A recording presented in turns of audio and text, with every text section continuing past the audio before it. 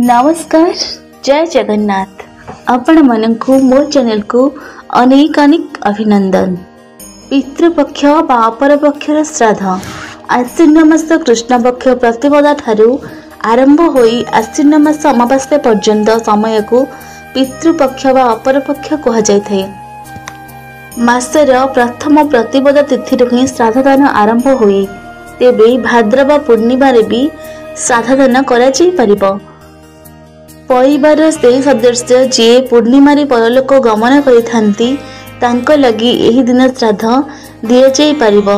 जदि कौनसी कारण पूर्णिमा श्राद्धदान करि न हुए तेबे पितृमुख्य अमावास्या दिन भी श्राद्धदान करा जाय पारे। पितृपुरुष माने जेउ तिथि परलोक गमन करिथांती एही अपर पक्ष समय सेही तिथि ही तांका उत्तम पुरुष तिल तर्पण सह महड़ा विधि श्राद्ध प्रदान करने उचित। जे माने पितृपुरुषंकर परलोक गमन तिथि श्राद्ध करि पारंती नाही सेमाने महड़ा दिन श्राद्ध प्रदान करने उचित। केउ तिथि श्राद्ध देले केउ फल लाभ हुए। प्रतिपद रे धन प्राप्ति हुए। द्वितीय तिथि श्राद्ध देले संतानदायक हुए। तृतीय रे श्राद्ध देले पुत्र प्राप्ति होइथाय। चतुर्थ रे श्राद्ध देले शत्रु नाश हुए। पंचम रे श्राद्ध देले लक्ष्मी प्राप्ति हुए।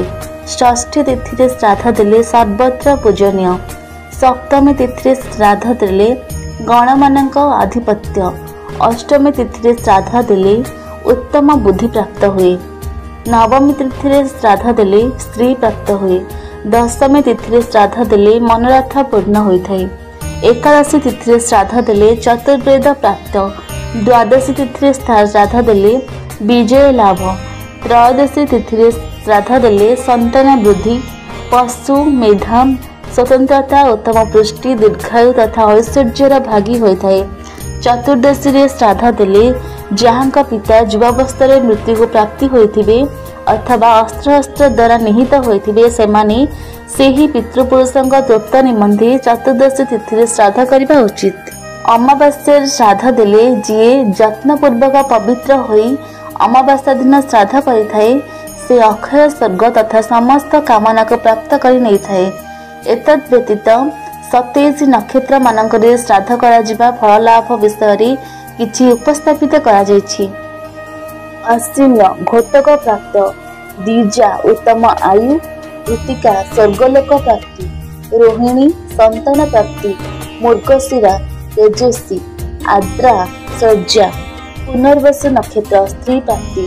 पुष्य नक्षत्र अक्षय धन प्राप्त। अश्लेषा उत्तम आयु। मघा संतान तथा पुष्टि। पूर्वा फाल्गुनी संतानवान तथा श्रेष्ठ। उत्तरा फाल्गुनी देव प्राप्त। हस्ता शास्त्रज्ञान। चित्रा रूप तेज तथा संतापी प्राप्त। स्वाति व्यापार लाभ। विशाखा पुत्र लाभ। अनुराधा चक्रवर्ती पद प्राप्त। ज्येष्ठा प्रभृत्य प्राप्त। मूला उत्तम आरोग्य। पूर्वाषाढ़ जस प्राप्ति। उत्तराषाढ़ शोक द्वारा दूर हुए। श्रवणा शुभ लोक प्राप्त। धनिष्ठा अधिक धन प्राप्त। शतभिषा वैद्य कार्य सिद्धि प्राप्त। पूर्वभाद्र छेड़ी मेंढा आदि पशु प्राप्त। उत्तर भाद्र गो प्राप्त। रेवती दस्ता आदि धातु पदार्थ प्राप्त। ये सब नक्षत्र मानकरे श्राद्ध कले उपरोक्त फल प्राप्त होइथाय। किंतु मघा सप्त नक्षत्र रे मधु मिश्रित क्षीर अर्पण करबा पितृपुरुषंकर अह्य भाग्य अटे। एथिरे पितृपुरुषंकर आशा निज कुलर संतान मानक उपरे रहिथाय। एही समय भितरे मध्य जदि केही करि परिबे नाही तेबे सूर्य बिच्छा राशि रे थिबा समय रे मध्य करि परिबे। कारण जमराजंग पुरी सेति समय पर्यंत खाली रही थाए। बिच्छा राशि बीती जिबा परे मध्य जदि केही कौनसी श्राद्ध करि न थाए तेबे देवगणक सहित पितृगण सेही मनुष्य को दुसह अभिशाप प्रदान करी दीर्घश्वास नेई निज पुर को फेरी जाइथांदी।